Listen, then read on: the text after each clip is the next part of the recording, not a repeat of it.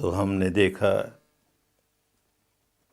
हमें अपने कायिक कर्म सुधारने हैं, हमें अपने वाणी के कर्म सुधारने हैं, पर उससे कहीं अधिक आवश्यक है कि हमें अपने मन के कर्म सुधारने हैं। कैसे सुधरेंगे? मन के बारे में पूरी जानकारी नहीं, ये कैसे काम करता है,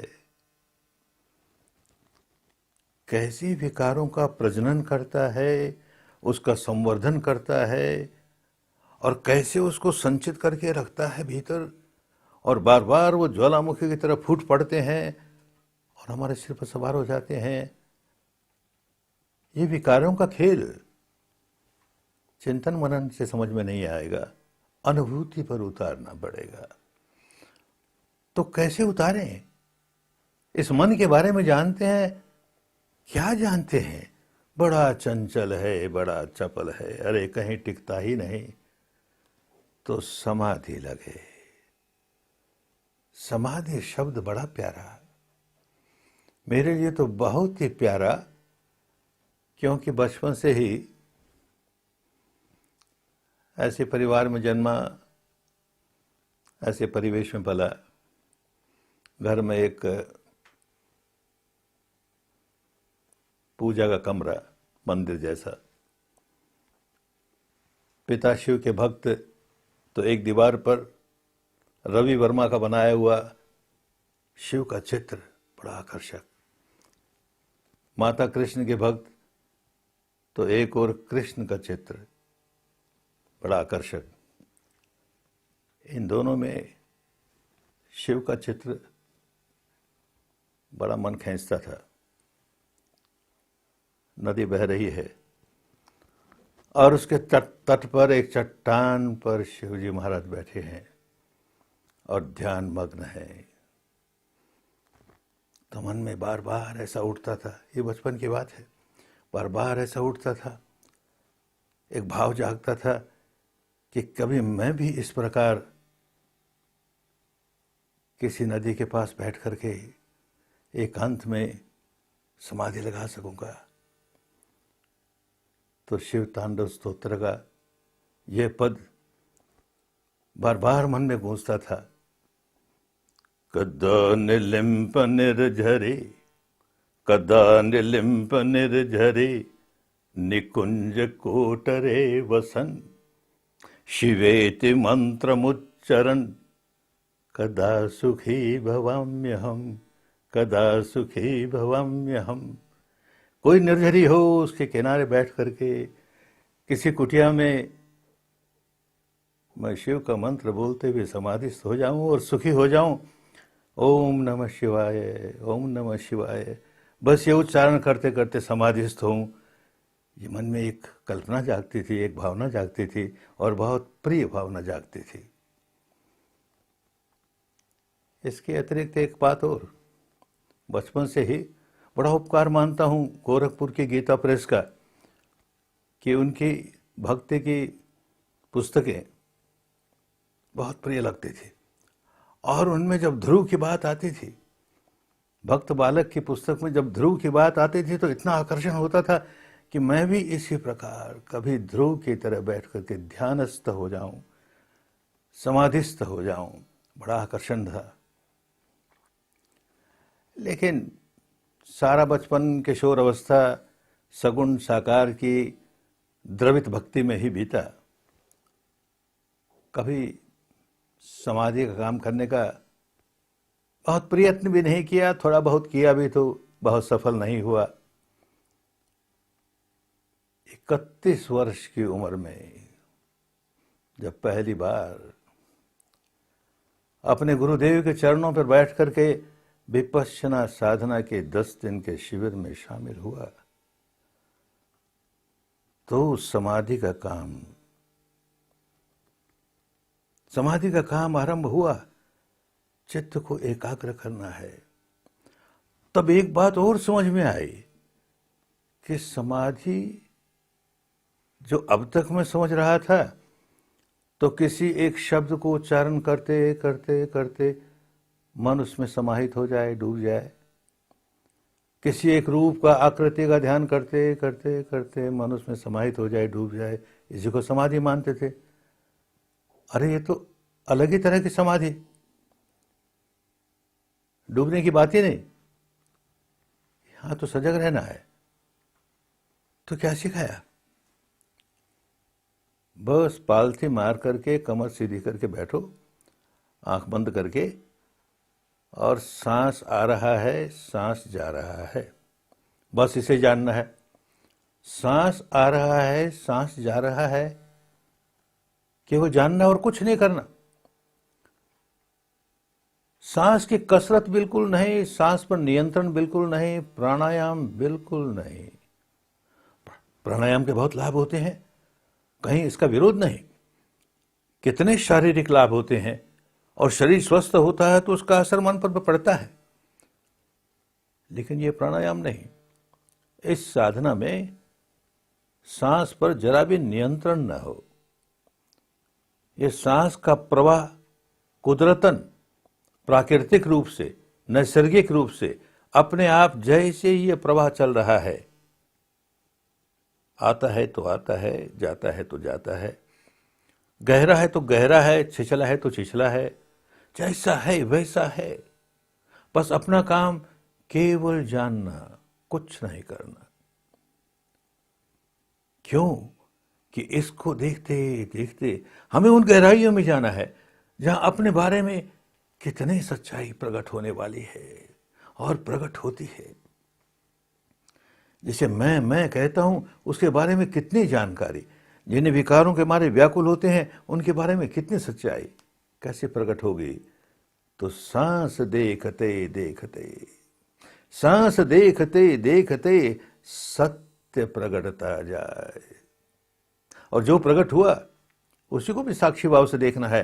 तो सत्य देखते देखते परम सत्य दिख जाए। वो परम सत्य जो नित्य है, शाश्वत है, ध्रुव है, एक रस है, उसका साक्षात्कार करना है, उसे देखना है। तो सारी विद्या, सारा मार्ग वहां तक पहुंचने का है। तो जो घटना जो घटी, जैसी घटी, अपने बारे में जो घटना घटी, उसे तटस्थ भाव से जानना है, साक्षी भाव से, दृष्टा भाव से। तटस्थ भाव क्या होता है?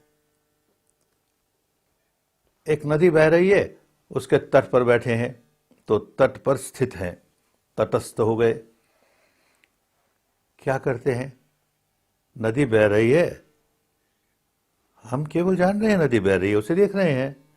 उसके नदी के बहाव में हम कोई काम नहीं करते, उसे तेज करने का काम नहीं करते, धीमा करने का काम नहीं करते। नदी मैली है तो मैली है, शुद्ध करने का काम नहीं करते। उसमें बड़ी बड़ी लहरें हैं तो बड़ी बड़ी लहरें हैं, छोटी लहरें हैं छोटी, जैसी है, जैसी है वैसी है। केवल उसे जानना है और कुछ नहीं। शुद्ध सांस को जानना है, नैसर्गिक सांस, प्राकृतिक सांस, अपने आप जो आता है उसको जानना है। उसके साथ और कुछ जुड़ न जाए, कोई शब्द न जुड़ जाए, उसके साथ कोई आकृति न जुड़ जाए। जब ये विद्या सीखने के लिए गया तो मन में ऐसी बात आई कि हम तो शिव के भक्त हैं, तो ओम नमः शिवाय, और ये भगवान बुद्ध का मार्ग है, तो हमको बताया जाएगा कि ओम नमः बुद्धाय का पाठ करो। अरे ये तो कहते हैं कोई शब्द नहीं, कोई शब्द नहीं। शिव की आकृति का ध्यान करें, कृष्ण की आकृति का ध्यान करें, तो बुद्ध की आकृति का ध्यान करें, कोई आकृति नहीं, कोई रूप नहीं, कोई आकृति नहीं, केवल सांस, केवल सांस। इसके अतिरिक्त और कुछ नहीं, इसमें और कुछ नहीं जोड़ा जाए। क्यों? कि इस सांस के सहारे सहारे सहारे हमको अपने बारे में सच्चाई जानते जानते, अपने मन के बारे में सच्चाई जानते जानते मन की गहराइयों में उतरना है। केवल समाधिस्थ माने ऐसे समाहित हो गए कि हौशो हवास नहीं, किसी शब्द को बार बार दोहराते दोहराते दोहराते हम ध्यान में मग्न हो गए। अच्छा तो लगा, घंटों वैसे रह जाएंगे, बड़ा अच्छा लगेगा, लेकिन जिस काम के लिए आए थे वो तो रह गया। हमें तो ये देखना है कि हमारे मन में विकार कैसे जागते हैं, कैसे जागते हैं, उनकी जड़ें कहाँ हैं, और कैसे बढ़ते बढ़ते बढ़ते बढ़ते हमारे सिर पर सवार हो जाते हैं। और सिर पर ऐसे सवार हो जाते हैं कि जो नहीं बोलना चाहिए वो बोल जाते हैं, जो नहीं करना चाहिए वो कर जाते हैं, उसके बाद पश्चाताप करते हैं। तो जड़ों तक पहुंचना है, जड़ों तक पहुंचना है तो केवल सांस का ध्यान, इसके अतिरिक्त और कुछ नहीं इसके साथ। और सांस का हमारे शरीर से गहरा संबंध है, खूब समझेंगे। सांस को देख रहे हैं, हमारे सांस को जान रहे हैं, तो देखते हैं कि सांस का केवल शरीर से संबंध नहीं है, सांस का मन से भी गहरा संबंध है। और हमको मन और शरीर दोनों की बातें जाननी है। तो कभी देखा होगा किसी आदमी को गुस्सा आया तो देखा होगा उसका सांस तेज हो गया, तो मन से संबंध है ना सांस का। कोई भयभीत हुआ तो सांस एकदम रुक गया या तेज हो गया, तो संबंध है ना मन से। तो हमको वो सारी बातें जाननी है।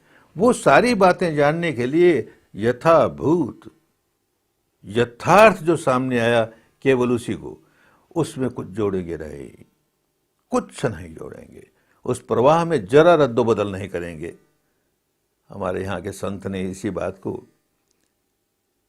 कैसे शब्दों में समझाया कि था पिया न जाई ओ कीता न होई, आपे आप निरंजन सोई। था पिया न जाए।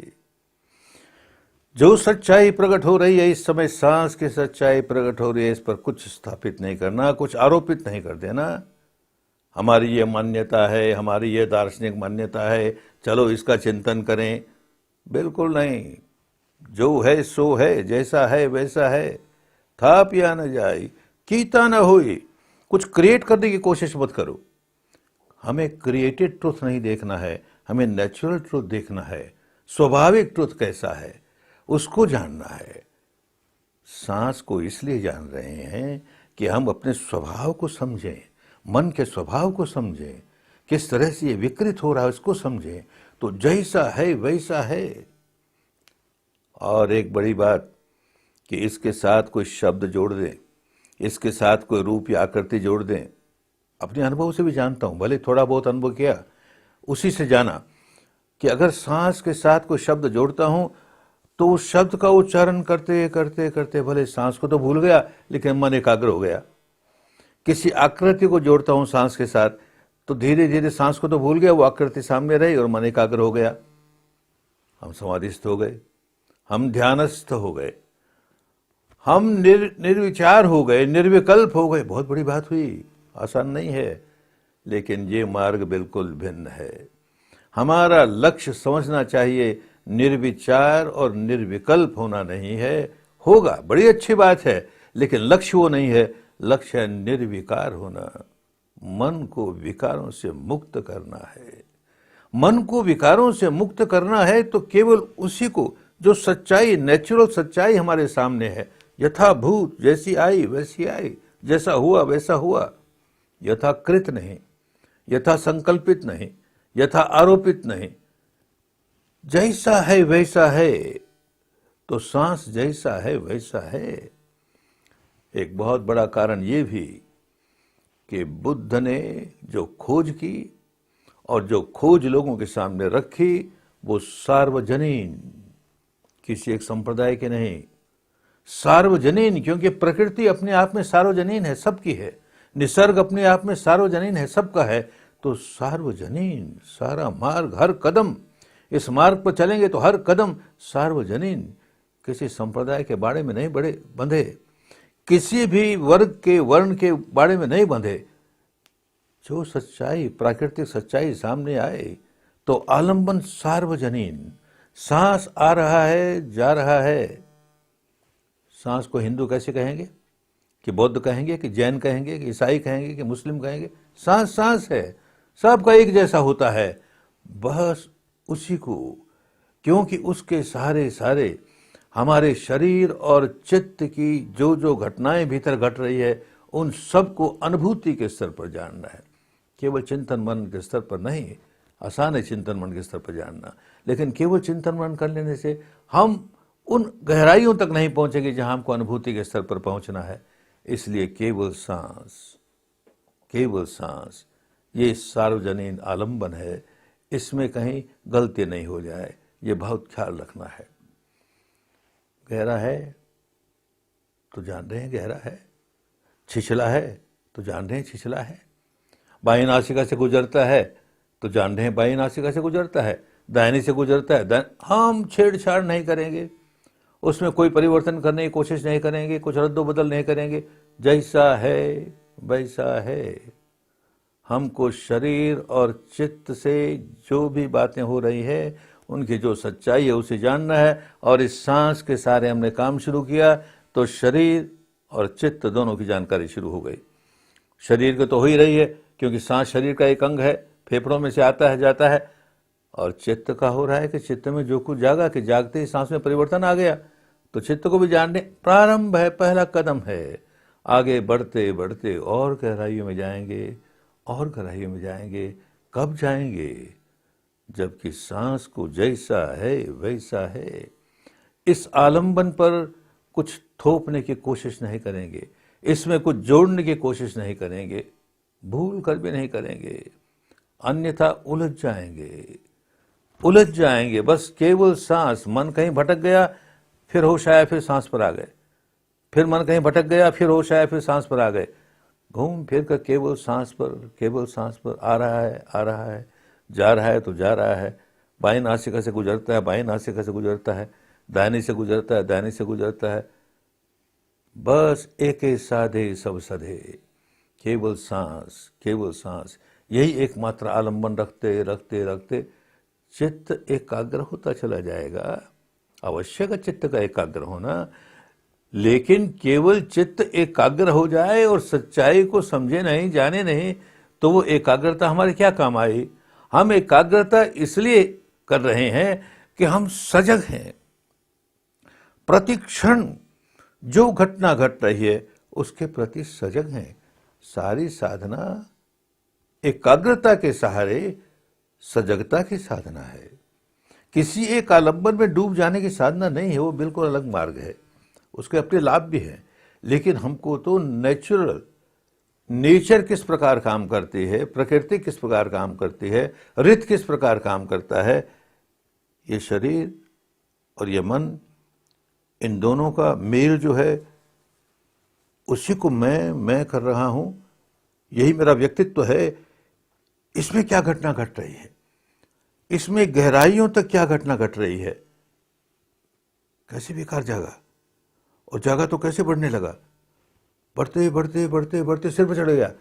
हमें उसके लिए सजग रहना है, और सारी बातों में हम मन को डुबो देंगे। किसी एक आलंबन में मन डुबो दिया तो इसकी जानकारी कैसे होगी? हमको सजग इसलिए रहना है कि अपने बारे में पूरी सच्चाई की जानकारी हमको होती रहे, क्षण प्रतिक्षण। इस क्षण जो सच्चाई सामने आई उसे जान लिया, अगले क्षण जो आई उसको जान लिया। जिस क्षण जो सच्चाई आई तो क्षण प्रतिक्षण जो जो सत्य प्रकट हो रहा है, बस वही तो ईश्वर है। आपे आप निरंजन सोई, जो सत्य है वही ईश्वर है, और जो ईश्वर है वही हमको ले जाएगा आगे परम सत्य तक, परमेश्वर तक। सांस देखते देखते सत्य प्रकटता जाए, और सत्य देखते देखते परम सत्य दिख जाए। ये सारा क्षेत्र जो अनित्यता का क्षेत्र है, शरीर और चित्त का, उसका अनुभव करते करते, उसे जानते जानते उसके परे उसका अतिक्रमण हो जाए, और जो नित्य है, शाश्वत है, ध्रुव है, एक रस है, उस अवस्था तक पहुंच जाए। इसी के लिए सारा रास्ता है। तो बड़ी समझदारी के साथ हर कदम इसमें उठाना होता है। हम किसी अन्य मान्यता, किसी अन्य प्रकार की साधना के साथ इसको जोड़ने की कोशिश न करें। ये अपने आप में विशेषता रखती है। जैसे है वैसे ही काम करना है, तो ही मंगल होगा, तो ही कल्याण होगा, तो ही स्वस्थ होगी, तो ही मुक्ति होगी।